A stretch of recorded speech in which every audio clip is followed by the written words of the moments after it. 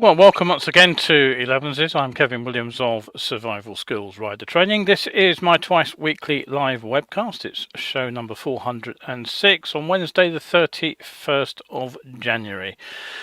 And we've got some sad stories to start with. Two riders have been killed in a head-on bike crash on the A30. Over in Texas, though, a rider has had an arrest warrant issued against him after his high-speed bike video went viral.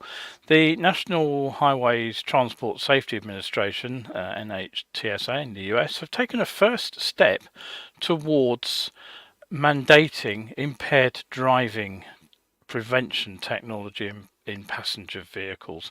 Melbourne bike thieves, they've targeted £60,000 worth of showroom bikes. A garage find means some rare bikes are going under the hammer. Electric bikes are actually a hit with working riders in Togo. And there is a recall on the DiavelX. New Nortons, are they coming in 2 years? A lot of stories on the internet yesterday suggest that they might be. And we'll have a look at the new GSX 8R, very brief look, and I'll actually ask if it's actually an XJ8, and you'll see why, I hope, when I compare the photos of those. And then this afternoon, or the final piece is the rerun of the continued look at bike training, the one I had to hold over because the microphone went AWOL from a week ago, and basically it's asking if our training efforts are going in the right direction. So that's what's in the show today. So don't forget, any questions, anything you want to ask, I'm always very happy to hear what you have to say. If you can ask online during the show, I will try to answer you. If you are watching on catch up, I will always try to answer you after the show's over too. So questions, comments, anything you want to say, drop me a line and I'll do my best to answer your question. Right, okay, so on with the first piece of news, and this is the next, no, that's the wrong one, that's the right one. The next online talk show event. This is going to be on how to use my self-assessment form. Now, you may or may not have noticed that I produced a self-assessment chart for you that you can fill in yourself. There were some very brief instructions on how to use it, but I'm going to actually talk you through it in a little bit more detail on Monday the 19th of February. So that's the next live talk event from me, and you will be able to find the login, or at least the point at which you can buy access to this, on my coffee shop pages, and there's a post also over there on coffee which will give you a little bit more information on what the chart is for. Right, okay, so that's that post has failed to go up for some reason on Facebook, so I'll put it up later. Right, anyway, we have Bo and Kevin both saying good morning. Good morning to both of you. Nice to see you, and nice to see anybody else who's here too. Right, one other piece of housekeeping before I move on with the weather. Don't forget, there will be no 11s on either Wednesday the 7th or Sunday the 11th of February, because I am actually taking a short holiday. So the show will be back Wednesday the 14th, which is St. Valentine's Day, isn't it? So hopefully see you for that show then. Right, okay, so next item then is the regular one. It's the weather for bikers. Now, if you're out riding in the next few days, my tip is to check your local weather, because it will be a bit variable. Now, today is starting with severe gales across northern Scotland, strong gusty winds across the north of the UK. It's fairly calm here, but pretty cloudy. There is a band of heavy rain. It is moving slowly southwards through the night, through the day. It won't arrive in southern parts of England and Wales until this evening, after dark probably, so it will stay dry the further south you go. But do watch out for clear skies behind the rain. Watch out for frost, and if the roads are wet, of course, you could also get ice. Thursday, cold start for many after the frosty night, and it will stay dry and bright for much of the UK, but again, cloud, wind and rain will spread northeastwards across Scotland during the afternoon. And Friday through Sunday are pretty much the same, largely cloudy, breezy, mild, outbreaks of rain and drizzle, mostly in northern western areas, best of any brightness to the south and east. So bad luck, I'm afraid, if you bike up in the north. The weather doesn't look too great. Now, okay, on with some news. Now, first item, unfortunately, 2 motorcyclists died following a collision on the A30 near Chard at the weekend. Now, according to reports, it was actually a head-on crash involving motorbikes travelling in opposite directions along the road, and it happened around 5 p.m. on Sunday, January the 28th. So that would be just about as it's getting dark, I guess, late sort of twilight time. In a statement, Avon and Somerset police said both riders died at the scene. They were both aged in their early 30s. An investigation has, of course, been launched into the collision. Police are appealing for anyone who witnessed the crash, dashcam footage, that kind of thing. I do know the road reasonably well, and I couldn't help but note that the stretch where the collision seems to have occurred is actually a fairly long, fairly quick, almost but not quite straight section of road. So not prejudging what the inquest will find, but it looks like probably one bike was on the wrong side of the road, would be my guess. Now, over in Texas, the news and radio station WTAM reports that a Texas man who posted a viral video of himself riding from Denver to Colorado Springs in 20 minutes, a journey that takes an hour at legal speeds, is wanted by state authorities. The Colorado State Patrol issued an arrest warrant for 32-year-old Rendon Dietzman of Justin, Texas, back in December. Dietzman's Jigsaw Bra channel shows him clocking 150 miles per hour through traffic. The video was taken down but has resurfaced on other accounts and other social media channels. One clip on X got 12 million views in 4 days. If only I could get those kind of viewing figures. Maybe I need to do something daft. No, I'll take that back. Colorado State Patrol, they work with the Dallas Police Department to identify Dietzman. Colorado State Patrol Sergeant Troy Kessler said in a statement that illegal and reckless driving behavior will not be tolerated in Colorado. We care too much for those traveling on our roadways to ignore the blatant disregard for the safety of others. Now, Jigsaw Bra has 250,000 subscribers on YouTube and over 2 million total views. The videos focus on motorbikes and quote, how they perform on the road, unquote. The 32-year-old faces charges of menacing, engaging in speed contest, reckless endangerment, reckless driving, speeding 40 miles per over the speed limit, exhibition of speed, and driving without a license plate. So a pretty good collection there of offences all at one go. Still in the USA, the National Highway Traffic Safety Administration, the NHTSA, has taken a first step towards making impaired driving prevention technology a standard fitment in new cars. Now, an advance notice of proposed rulemaking, that's an official document, has been announced that fulfills a requirement in the bipartisan infrastructure law. Now, this was signed off by President Biden in November 2021. It's the largest long-term investment in US infrastructure and economy in the country's history.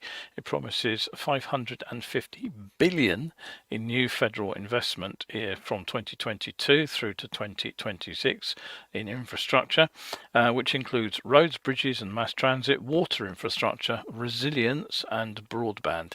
Now, alcohol impairment is one of the leading causes of death on US roads. 13,384 people were killed in drunk driving crashes in 2021. That is a phenomenal number. And the negative economic and societal costs are estimated at $280 billion.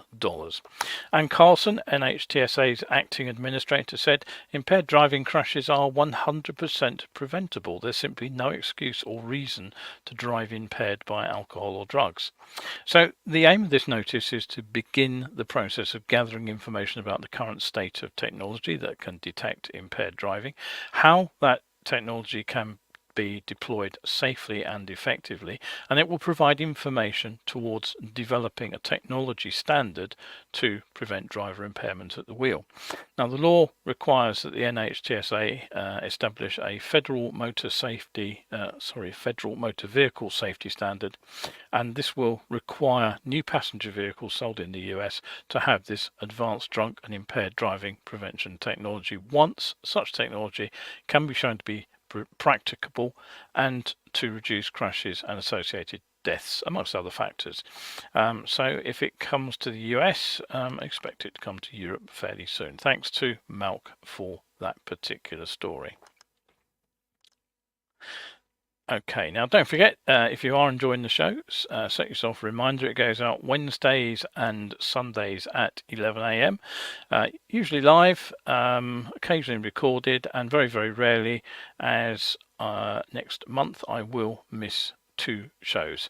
So do make a date for the show, but remember that I will be off until Valentine's Day, February the 14th, when I'll be back on air. 2 shows are going missing as I'm taking a quick break. Now, motorcycle showroom in Melton, not in Leicestershire, but on the outskirts of Melbourne in Australia, was ransacked by thieves who smashed their way in using an angle grinder. I don't think you can smash your way in using an angle grinder, actually. You can smash your way in using the sledgehammer they also used for the attack. But anyway, at 5 a.m. in the morning, they targeted some high-end motorcycles at a motorcycle showroom. Now, the attack is said to have lasted just 6 minutes, but the thieves made off with 4 bikes worth around 60,000 Australian dollars. The owner, Matt Jones, of Matt Jones Motorcycles, believes the gang knew what they wanted. He said they've come and done some research, then worked out what units were where. Now, in taking the bikes, the thieves actually managed to damage a further 15 motorcycles. Apparently damaged the ones that they stole too. And Matt Jones says it's a lot of money, a lot of damage, a lot of heartache. So naturally enough, the police are asking for witnesses, but they're also advising anyone who spots a motorcycle for sale online, who notices something suspicious, to give them a call. Now, a much more legal way to get hold of a motorcycle is to attend an auction. And on March the 7th at the Haynes Motor Museum, which, if I remember correctly, is at Sparkford in Somerset, on the end of that A30 I mentioned earlier, there will be an auction. Now, it seems what's happened is this. A man has died and the machines were discovered in the adjoining double garage. Now, Charterhouse auctioneers who are handling the sale, they examined the bikes, and even though most are in what they described as a dismantled state, I did see some pictures, and yeah, basically you can say that dismantled is it, partially assembled and partially taken apart, bits missing, whatever you like to call it. They put a total value on the sale of between £50,000 and £80,000. Now, there are some highlights. There is a single cylinder 1951 Vincent Comet. They believe that's worth between £6,000 and £8,000. There's a 1972 MV Agusta 750 GT, which is valued at between £15,000 and £20,000. And there are other bikes from Ducati, Laverda, BMW and Moto Guzzi, all of which are being sold without reserves. So it certainly seems that the gentleman concerned had a wide-ranging interest in motorcycles generally. In addition to the bikes, there are also several engines and various assorted bike spares, which will be sold off too. Right, head to Togo now.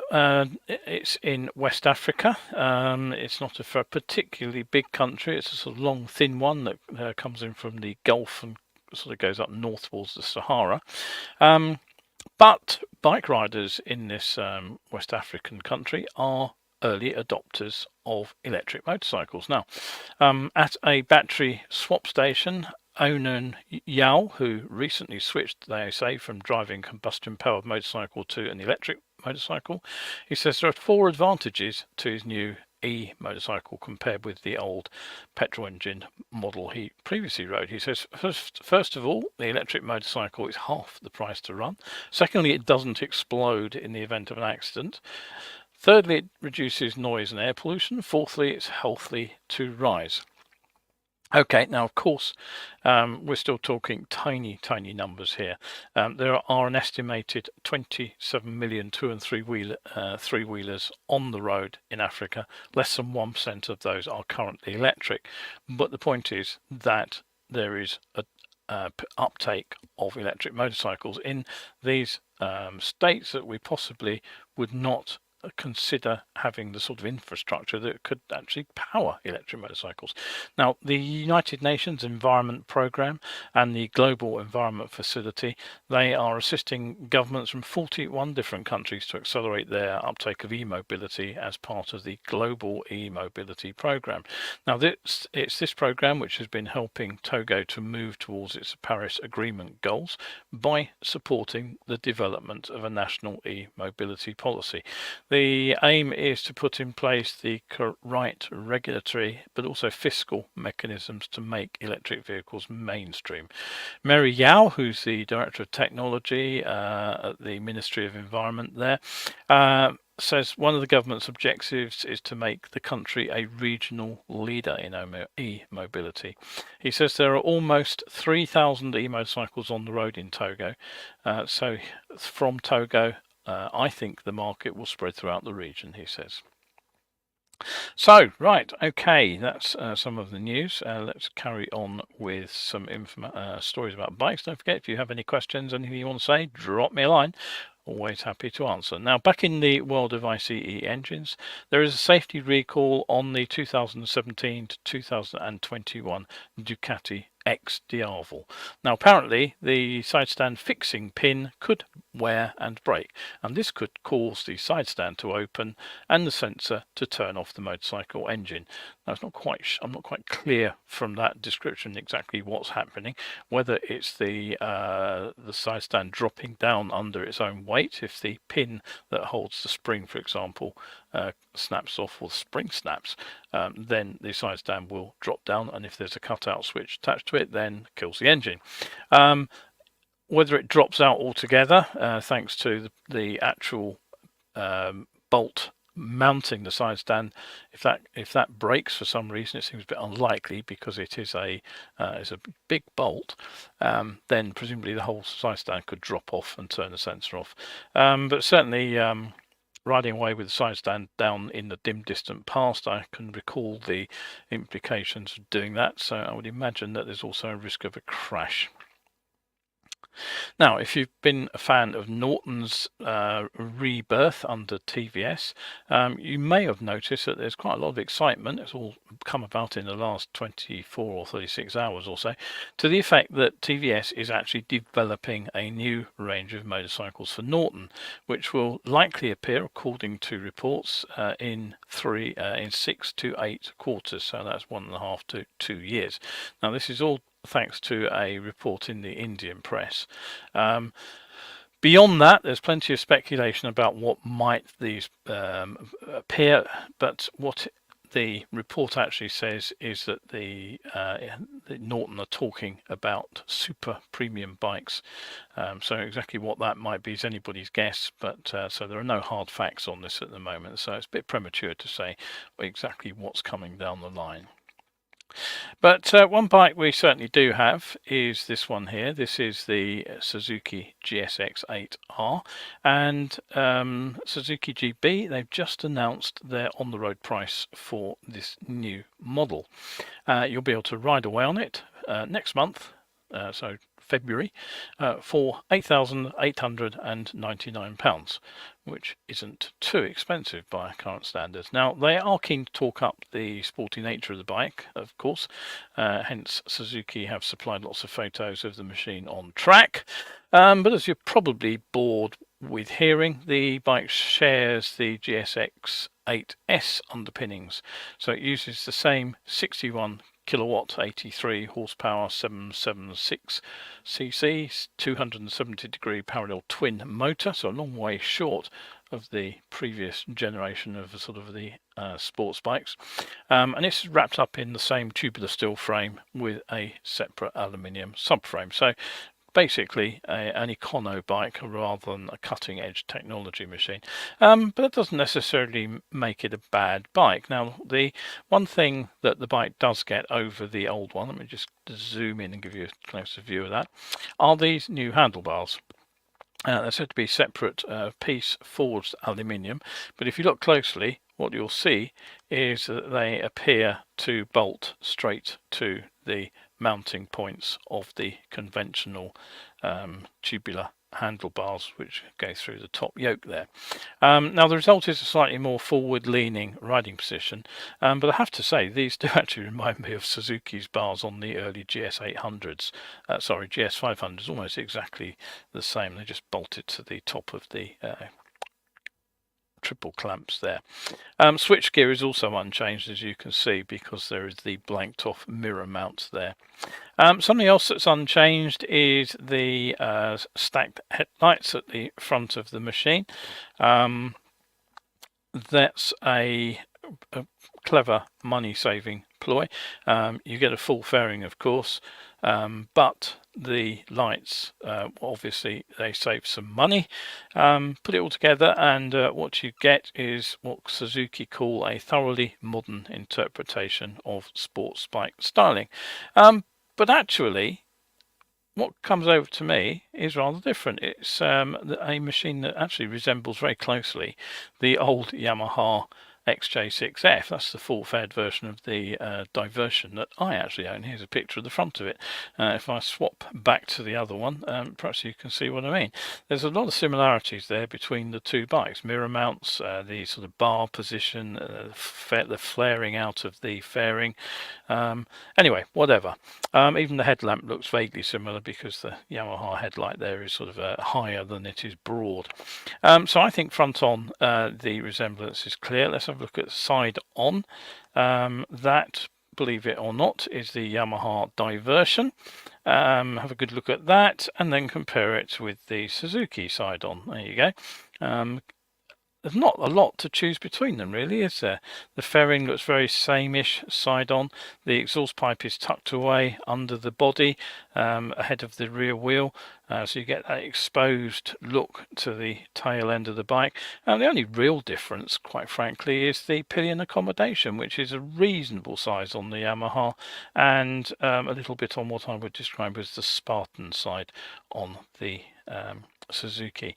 Even the sort of side panel area, I know it's a bolt-on aluminium subframe, but it doesn't look that dissimilar from the steel welded structure that the Yamaha has. So the more something changes, the more it stays the same. I think, frankly, that what we're looking at here is a little bit of a missed opportunity from Suzuki.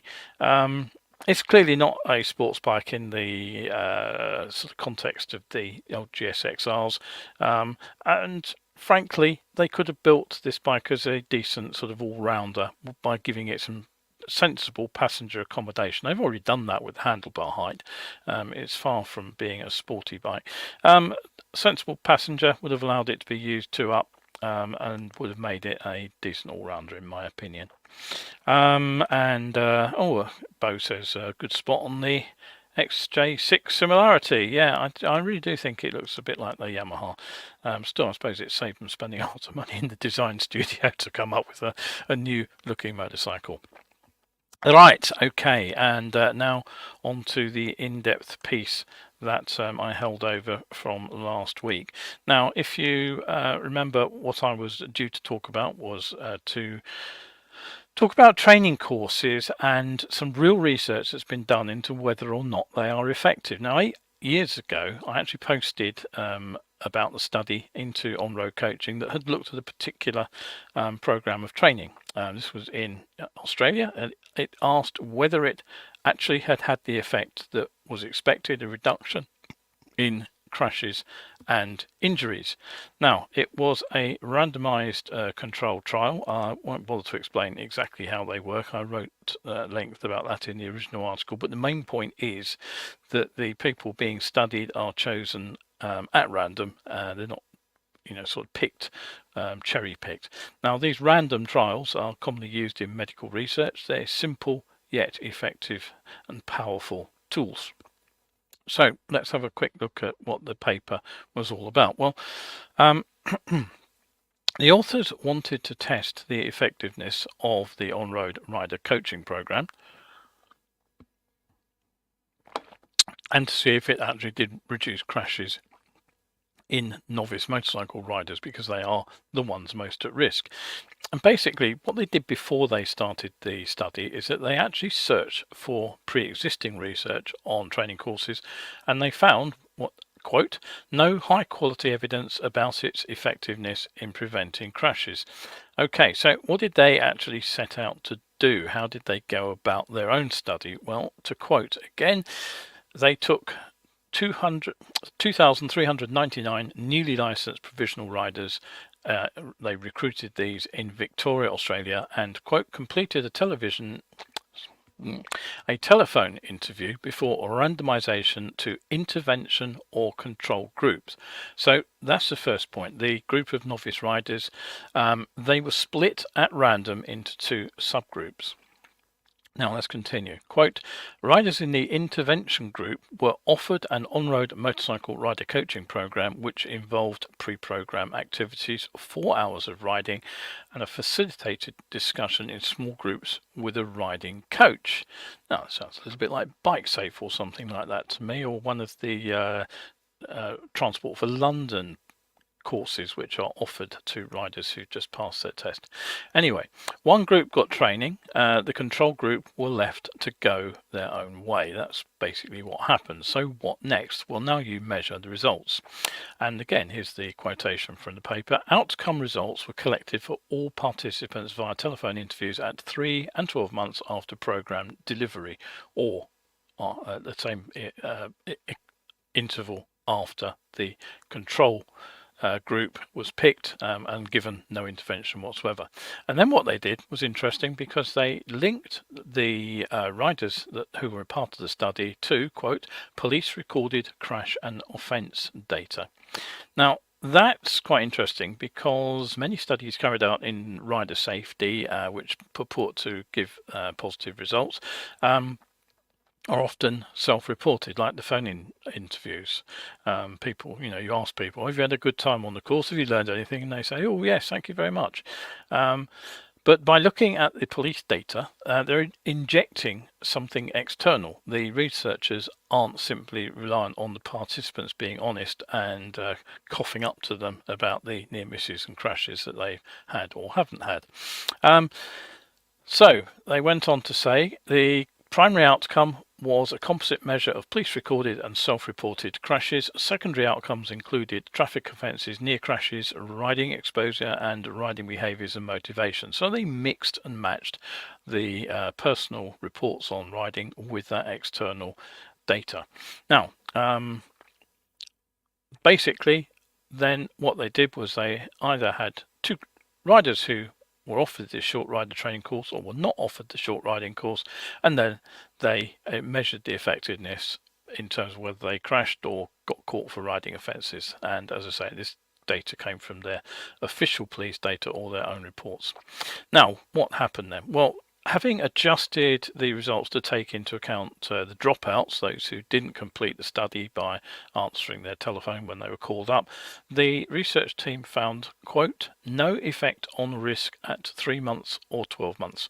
Now that's bad enough, because basically what it tells us is that that training course didn't change the rate at which those riders crashed through the 12-month study period. So basically the training produced no benefits if what you're measuring is crash risk. But there's worse.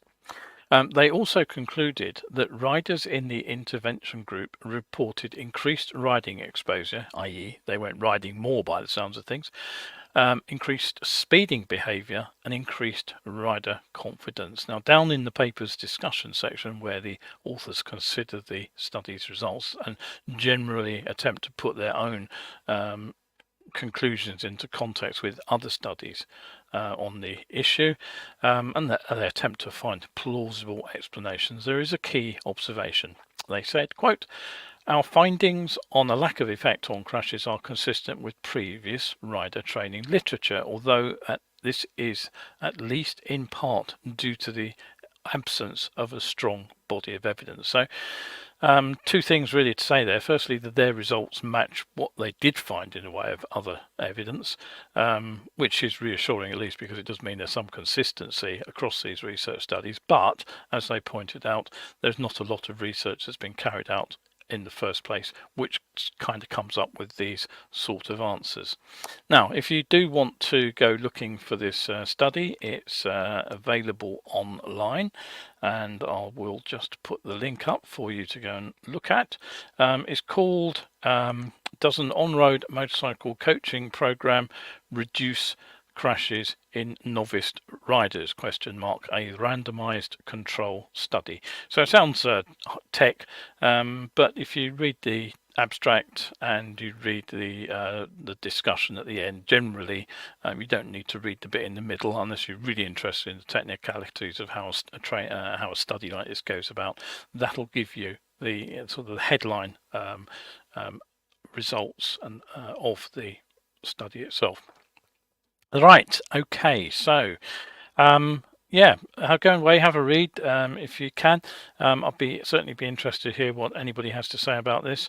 It is interesting that studies into the IAM have also shown that riders do have increased levels of confidence after training and don't necessarily solve the crashing problem either. So it really is important that somehow we do crack this cycle of training that it isn't particularly effective, and this is what I will be looking at in my next Wednesday show. But don't forget, that will be Wednesday the 14th of February. There are no shows either Wednesday the 7th or Sunday the 14th, as I am having the week off. So that is it. Time to wrap up today's show. Don't forget, if you can, please take a moment to subscribe to my channel if you haven't already, and to like the video. Just click on the various icons, the thumbs up and all the rest of it, which let you do so. That all helps other people get to see these videos and to take notice of what I'm having to say without me having to go and ride up a sort of Colorado highway at 150 miles an hour. Don't forget, the other videos are out there: 60-second safety, 60-second science. There was a new 60-second safety video last week. It has got a couple of interesting comments on it, which you may find interesting. And there's something from Steve. Thanks, Steve. Item there on hydrogen electric motorcycle fuel cells. Okay, I will have a look at that one. I think I might have covered that one the other day. If it's from, I think it was Stanford University. So I might have actually covered that story. But anyway, thank you very much indeed for sharing that. Always useful to see these things. So that is pretty much it for today. Don't forget, if you are riding out there, do keep an eye on the weather. And as I say, do stay shiny side up.